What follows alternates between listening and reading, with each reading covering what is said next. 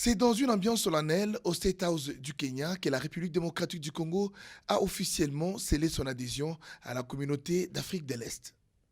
En apposant sa signature dans le traité d'adhésion ce vendredi 8 avril 2022 au State House de Nairobi en présence du président Uhuru Kenyatta, président en exercice de cette organisation sous-régionale, du président ougandais Kaguta Museveni et du président rwandais Paul Kagame, le président Félix Antoine Tshisekedi fait de la République démocratique du Congo le 7e membre de la communauté d'Afrique de l'Est. Pour le président Uhuru Kenyatta, l'entrée de la RDC dans la communauté d'Afrique de l'Est marque un tournant capital dans l'histoire de l'intégration de la région. Cette adhésion marque également la réalisation des plans du président Félix Antoine Tshisekedi qui, lors de son discours d'investiture le 24 janvier 2019, avait évoqué un rapprochement avec l'Est. Cette adhésion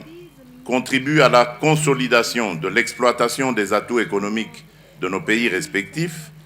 et à l'accès de nos populations aux opportunités offertes par cette coopération élargie et renforcée. En procédant ce jour à la signature solennelle du traité régissant la communauté d'Afrique de l'Est, la République démocratique du Congo renouvelle son engagement exprimé à travers ma voix lors de mon allocution du 29 mars dernier, lequel consiste à œuvrer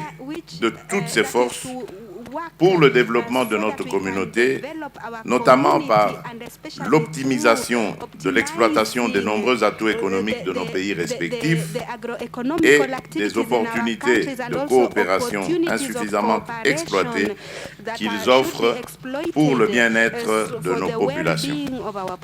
Devenu 7e pays membre de la communauté d'Afrique de l'Est, aux côtés du Burundi, du Rwanda, du Kenya, de l'Ouganda, du Sud-Soudan et de la Tanzanie, la République démocratique du Congo partage ses frontières avec 5 États membres de l'organisation et représente environ 6% des exportations des pays.